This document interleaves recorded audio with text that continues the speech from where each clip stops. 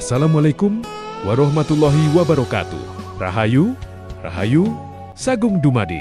Salam satu nafas dan salam bahagia tanpa batas. Kami mengucapkan selamat datang di channel Semesta TV 69. Ini adalah ruang kebersamaan yang senantiasa mengajak kita menjaga harmoni di setiap level dan dimensi kehidupan. Saudaraku yang tercerahkan, untuk tayangan kali ini kami akan membagikan materi pentingnya melestarikan leluhur dan kearifan lokal. Studi kasus Punden atau Makam Mbah Alif, Desa Sambenwetan, Driorejo, Gresik. Makna punden atau makam leluhur. Punden atau makam leluhur seperti Mbah Alif bukan sekadar tempat peristirahatan, tetapi juga simbol sejarah dan identitas desa yang menjadi titik ikatan sosial yang menyatukan warga dalam tradisi, doa, dan rasa kebersamaan. Kehadiran punden mencerminkan rasa hormat masyarakat terhadap jasa dan perjuangan para pendahulu. Nilai kearifan lokal, gotong royong, perawatan makam dilakukan bersama-sama, memperkuat solidaritas warga, doa dan ziarah. Tradisi ini menjaga spiritualitas dan mengingatkan generasi muda akan pentingnya menghormati leluhur. Pelestarian budaya, punden menjadi sarana menjaga cerita, mitos, dan sejarah desa agar tidak hilang ditelan zaman. Pentingnya melestarikan identitas desa, punden adalah penanda sejarah yang membedakan Sambenwetan dari wilayah lain. Pendidikan budaya, generasi muda belajar tentang akar tradisi, nilai kebersamaan, dan penghormatan. Pariwisata budaya, jika dikelola dengan baik, punden dapat menjadi daya tarik wisata religi dan budaya. Keberlanjutan spiritual, melestarikan makam leluhur berarti menjaga kesinambungan, doa, dan keberkahan bagi masyarakat. Pesan utama yang dapat kita simpulkan, melestarikan punden atau makam leluhur bukan hanya menjaga fisik bangunan, tetapi juga merawat ingatan kolektif, nilai kebersamaan, dan spiritualitas desa. Dengan demikian, masyarakat Sambenwetan dapat terus hidup selaras dengan warisan leluhur sekaligus menghadapi tantangan zaman modern. Pemirsa Semesta TV 69 materi, kaweruh langkah akan kami kupas dari kanal YouTube kami. Sahabat dan sedulur semuanya, kosongkan gelas, mari kita izinkan ruang hati kita untuk menerimanya. Jangan lupa support channel kami dengan like, komen, dan subscribe agar pemirsa dapat informasi terbaru dari tayangan channel kami. Selamat menyaksikan.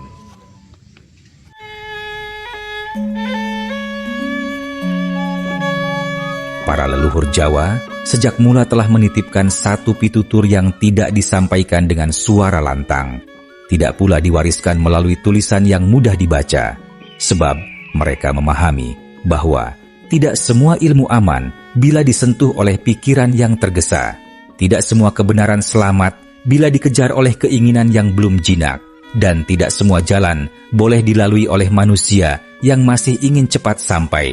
Ada laku yang justru baru membuka dirinya ketika seseorang bersedia berhenti, menepi, dan merendahkan langkahnya di hadapan hidup. Di dalam kesunyian itulah, ketika dunia mulai mereda, ketika suara ambisi perlahan melemah, ketika keinginan tidak lagi mendesak untuk dipenuhi, leluhur Jawa mengenal satu jalan yang dianggap paling halus sekaligus paling berat, sebuah tirakat yang tidak terlihat oleh mata, tidak dapat diukur oleh raga, namun perlahan mengolah seluruh isi batin manusia. Laku itu disebut puasa batin, sebuah jalan sunyi yang tidak mengosongkan perut tetapi mengendapkan rasa. Di zaman kini, manusia terbiasa menjalani puasa raga demi tujuan yang jelas dan kasat mata, demi kesehatan, demi bentuk tubuh, demi pencapaian yang bisa dihitung dan dipamerkan. Namun, jarang yang berani menapaki puasa batin, karena puasa batin tidak menawarkan hasil yang cepat, tidak menjanjikan pengakuan, dan tidak memberi tepuk tangan. Ia justru perlahan mengikis keakuan, melunakkan ego, dan membuat seseorang semakin tidak menonjol di hadapan dunia, tetapi semakin hadir di hadapan Gusti. Para pini sepuh Jawa memahami, selama batin masih ramai oleh tuntutan, selama hati masih penuh perbandingan, selama jiwa masih sibuk mencari pembenaran, maka sejauh apapun seseorang melangkah, ia tidak akan pernah benar-benar sampai, sebab yang menghalangi bukan jarak di luar sana, melainkan kegaduhan di dalam dirinya sendiri, dan puasa batin hadir sebagai jalan untuk merapikan kegaduhan itu, bukan dengan paksaan, melainkan dengan kesadaran. Di dalam laku puasa batin, manusia diajak belajar eling, bukan sekadar ingat, tetapi sadar sepenuhnya akan niat, gerak, dan getar halus yang muncul di dalam dada, sekaligus diajak waspada, bukan dalam arti curiga, melainkan jaga rasa, agar tidak tergelincir oleh keinginan-keinginan halus yang sering menyamar sebagai kebaikan. Dari sanalah lahir sikap narimo, bukan pasrah tanpa daya, melainkan menerima hidup dengan kejernihan, tanpa melawan kenyataan, tanpa membenci takdir, sebab dalam penerimaan itulah batin menjadi lapang, dan dalam kelapangan itu, rezeki sering datang tanpa dicari, jalan terbuka tanpa direncanakan. Leluhur Jawa meyakini, ketika batin seseorang mulai sepi dari pamrih, hening dari dorongan untuk dipuji, dan sunyi dari hasrat untuk menguasai, maka pada saat itulah manusia mulai selaras dengan irama alam. Langkahnya tidak lagi melawan waktu, napasnya menyatu dengan kehidupan, dan hidupnya bergerak mengikuti kehendak Gusti, bukan lagi sekadar kehendak diri.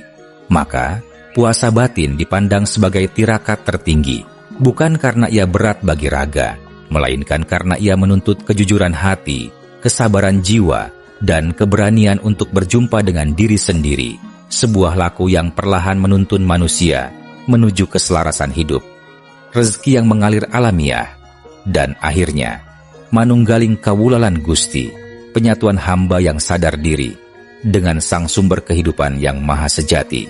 Dalam tradisi Jawa, pengetahuan tertinggi tidak pernah diletakkan di puncak kata-kata, melainkan disimpan di kedalaman rasa. Sejak masa para empu, resi, dan pini sepuh, leluhur Nusantara telah memahami bahwa ilmu sejati bukanlah sesuatu yang bisa diwariskan begitu saja melalui ajaran lisan atau tulisan. Sebab ilmu yang paling dalam tidak bekerja di kepala, melainkan berdenyut di batin, hidup di kesadaran, dan tumbuh seiring kematangan jiwa. Kejawen sebagai jalan kebijaksanaan Jawa tidak berdiri sebagai agama, tidak pula sebagai sistem kepercayaan yang kaku, melainkan sebagai laku hidup, sebuah cara berjalan di dunia dengan selaras, eling, dan waspada. Di dalamnya, manusia tidak diposisikan sebagai penguasa alam, tetapi sebagai bagian dari irama semesta yang harus mampu membaca tanda, mendengar bisikan halus, dan memahami gerak yang tidak terlihat. Puasa batin lahir dari pemahaman ini. Para leluhur menyadari bahwa sebelum manusia mampu menyatu dengan Gusti, ia harus terlebih dahulu berdamai dengan dirinya sendiri. Dan untuk berdamai dengan diri, bukan raga yang pertama-tama harus ditundukkan, melainkan rasa. Sebab rasa adalah pintu, rasa adalah jembatan, dan rasa pula yang bisa menjadi tabir paling tebal bila tidak dijaga. Sebelum kita melangkah lebih dalam, izinkan saya mengajak panjenengan sejenak.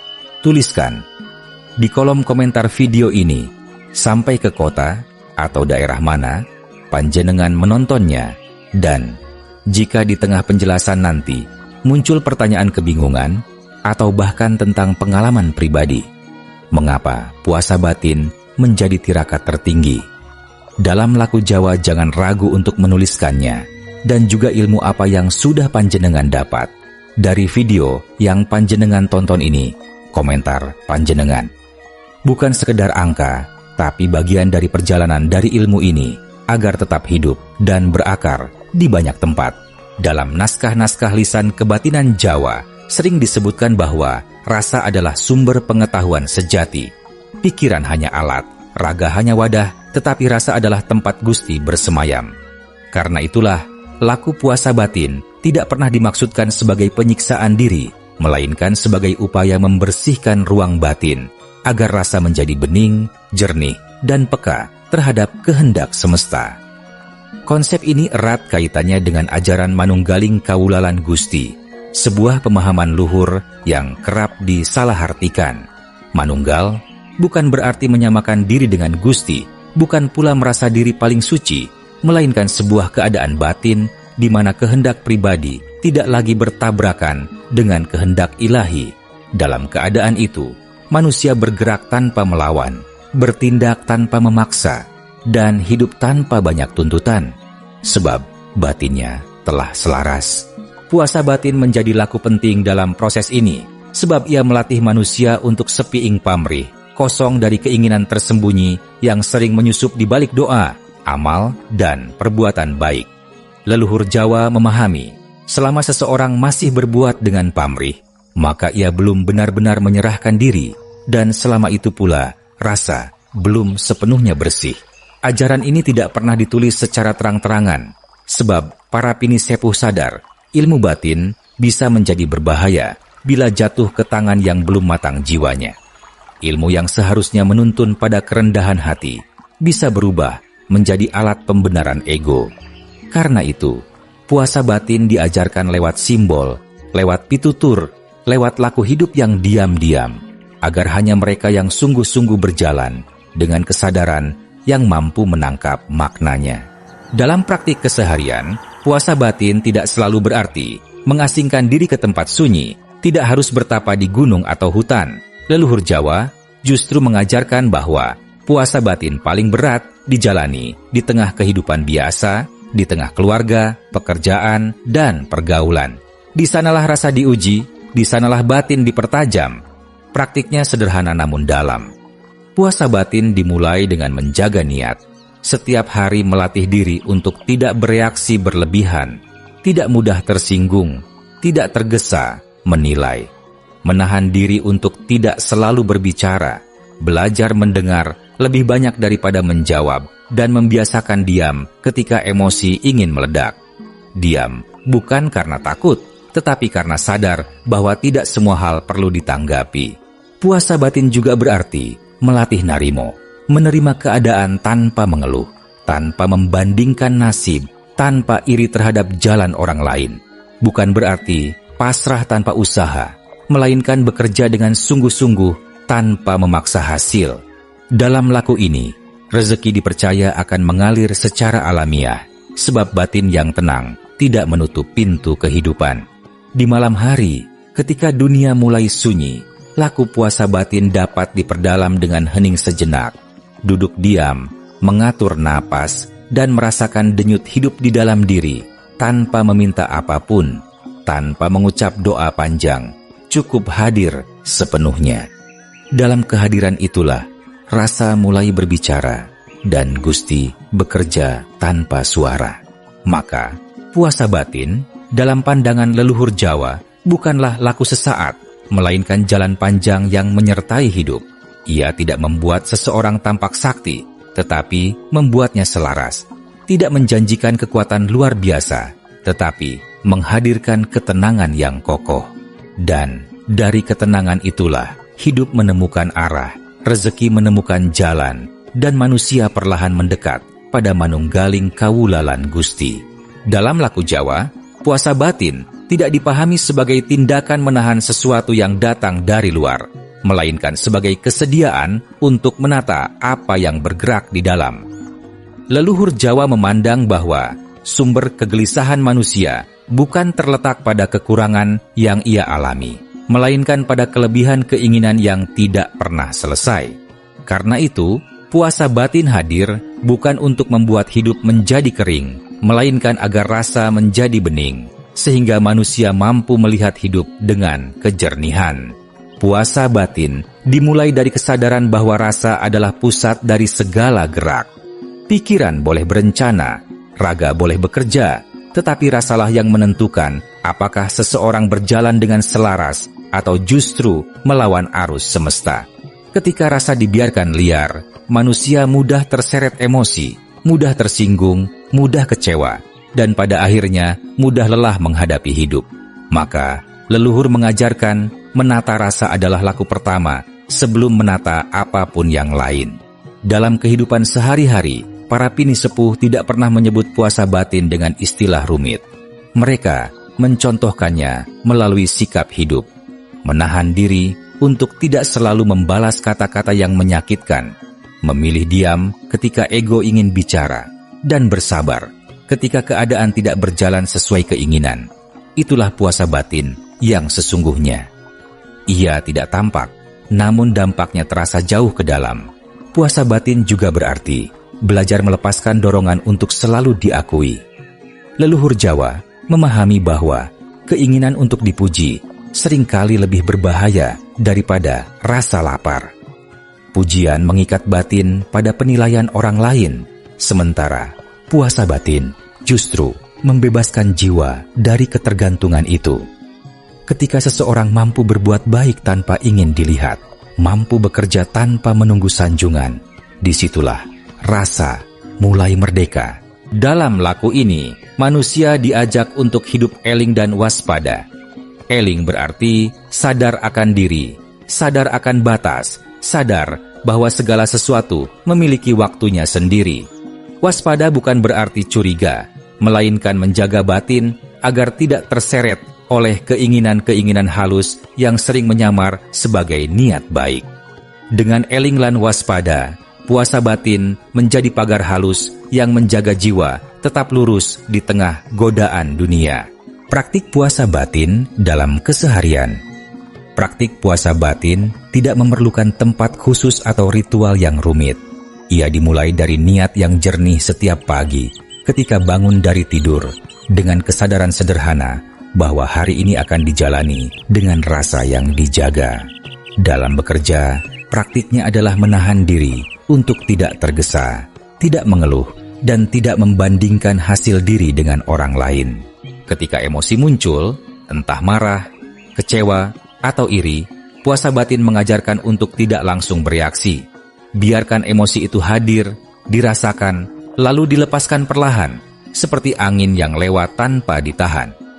Diam sejenak sebelum berbicara adalah salah satu bentuk puasa batin yang paling berat, namun paling menyembuhkan. Puasa batin pada akhirnya bukan tentang menjauh dari dunia, melainkan tentang hadir sepenuhnya di dalamnya tanpa terikat. Ia tidak membuat hidup menjadi lebih ringan, tetapi membuat jiwa menjadi lebih lapang. Dan dari kelapangan itulah, manusia mulai memahami bahwa tirakat tertinggi bukan terletak pada seberapa keras ia menahan raga, melainkan seberapa dalam ia mampu menjaga rasa. Pada lapisan yang lebih dalam, puasa batin tidak lagi berbicara tentang menahan diri, melainkan tentang keberanian untuk berjumpa dengan kekosongan. Leluhur Jawa memahami bahwa manusia seringkali takut pada sepi, sebab di dalam sepi tidak ada topeng, tidak ada peran, dan tidak ada tempat bersembunyi. Namun, justru di sanalah puasa batin mencapai puncaknya, ketika seseorang bersedia duduk diam bersama dirinya sendiri, tanpa menolak, tanpa menghakimi, dan tanpa ingin segera keluar dari sunyi itu. Puasa batin pada tahap ini menjadi paradoks. Semakin seseorang berhenti mengejar, semakin hidup terasa mendekat. Semakin ia melepaskan keinginan untuk menguasai, semakin jalan terbuka tanpa dipaksa. Leluhur Jawa sering menyebut keadaan ini sebagai laku tanpa laku. Sebuah keadaan di mana usaha tidak lagi terasa sebagai usaha, sebab batin telah selaras dengan irama semesta. Di titik ini, ilmu bekerja bukan karena kehendak pribadi, melainkan karena keterbukaan jiwa. Dalam rasaing rasa, puasa batin mengajarkan bahwa pengetahuan sejati tidak datang sebagai suara keras atau penglihatan mencolok. Ia hadir sebagai rasa tahu tanpa sebab, sebagai ketenangan yang tidak terganggu oleh perubahan, dan sebagai kebijaksanaan yang muncul tanpa dipikirkan. Inilah mengapa para pini sepuh sering tampak biasa, bahkan sederhana, namun kehadirannya menenangkan, ucapannya mengendapkan, dan tindakannya menata. Puasa batin juga menyingkap satu kebenaran halus, bahwa banyak hal dalam hidup justru selesai ketika tidak lagi dikejar.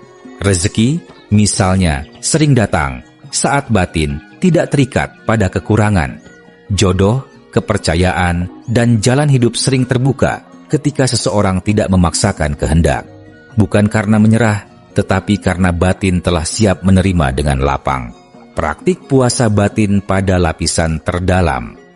Praktik pada tahap ini bukan lagi soal teknik, melainkan sikap hidup. Puasa batin dijalani dengan menjaga kehadiran penuh dalam setiap aktivitas, entah saat bekerja, berjalan, atau berbicara. Hadir sepenuhnya, tanpa terburu-buru, tanpa terpecah oleh pikiran yang melayang. Setiap gerak menjadi doa, setiap napas menjadi pengingat.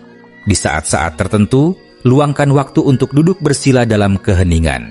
Tidak untuk bermeditasi dengan tujuan, tetapi sekadar duduk, membiarkan napas mengalir alami, dan merasakan keberadaan diri tanpa nama.